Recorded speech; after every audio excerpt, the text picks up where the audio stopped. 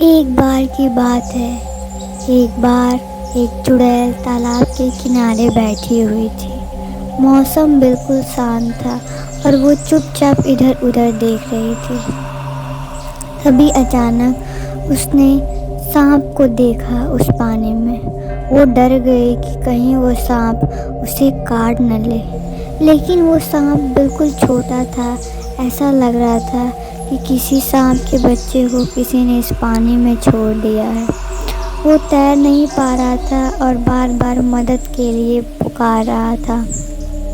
उस चुड़ैल को उस पर बहुत दया आ गया। वो सोची, क्यों न मैं इस सांप के बच्चे को बचा लूं, आखिर मुझे पुण्य ही मिलेगा। वो बार बार सांप इधर उधर होता, लेकिन वो अपने आप को बचा नहीं पा रहा था। बहुत टाइम होने के बाद भी वो सांप वहाँ से निकल नहीं पा रहा था।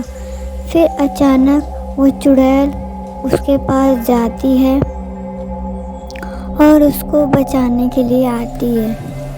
वो चुड़ैल उस सांप के बच्चे को अपने हाथ में ले लेती है और उसको बचा लेती है और अपने घर की तरफ आने लगती है।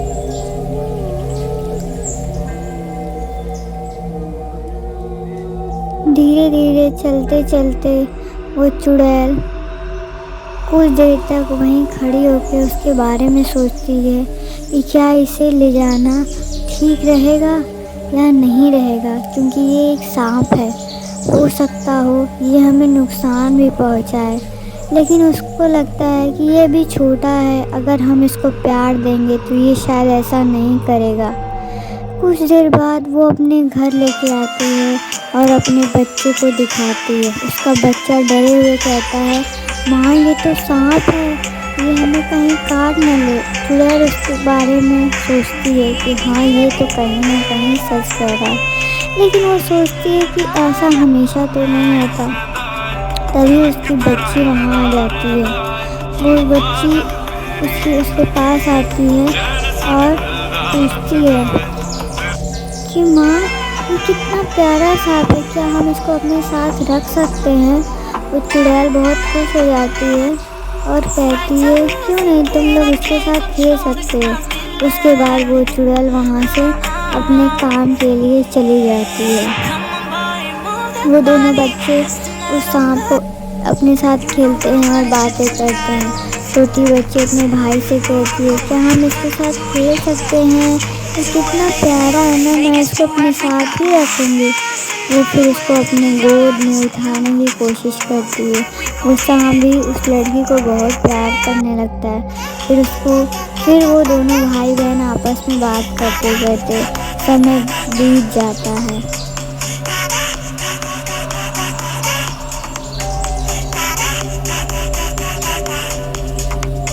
वो दोनों एक बागीचे में आते हैं और सांप को लेके बहुत खुश हो जाते हैं। वो हमेशा उसी बागीचे में आते थे और खूब देर तक खेलते। वो सांप भी उनके साथ वहाँ पे मज़े करता था। वो भी नाचता था उन बच्चों के साथ। वो भी खेलता कूदता, उसको बहुत अच्छा लगता। वो उन दोनों को बहुत प्यार करने लगा था, तो शायद नुकसान पहुँचाने वाली बात ही ख़त्म।